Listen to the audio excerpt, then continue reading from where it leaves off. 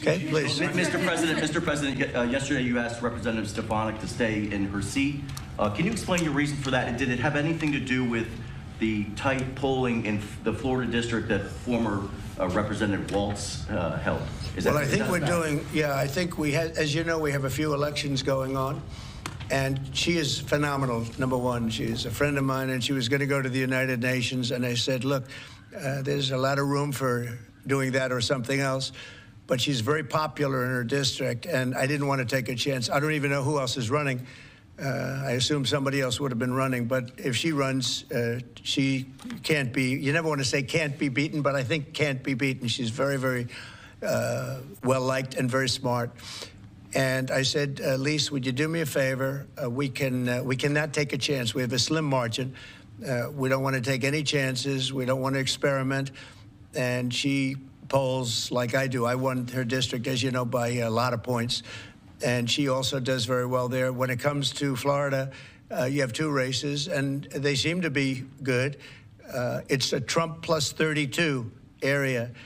The one thing is they're spending like $12 million, and our candidate doesn't have that kind of money, spending much less than that, like maybe 1/12, about $1 million, a little bit more than $1 million. So the airwaves are blanketed, and you never know what happens in a case like that. I won it by 32 points, and it's very, very strong. It used to be Democrat, but when I came along, they liked me for whatever reason. You'll have to explain that, but they liked me, and we're way up. But you don't know what happened. Second district, who seems to be in pretty good shape, but likewise, he's being outspent about 5-1. So we don't want to take any chances. So I went to Elise and I said, Elise, do you mind? Very highly rated person, you know, she was a real leader.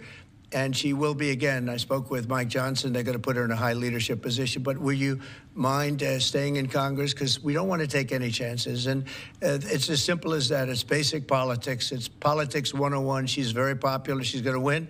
And somebody else will probably win, too, because we did very well there. I did very well there. But the word probably is no good. So I really appreciate her doing it.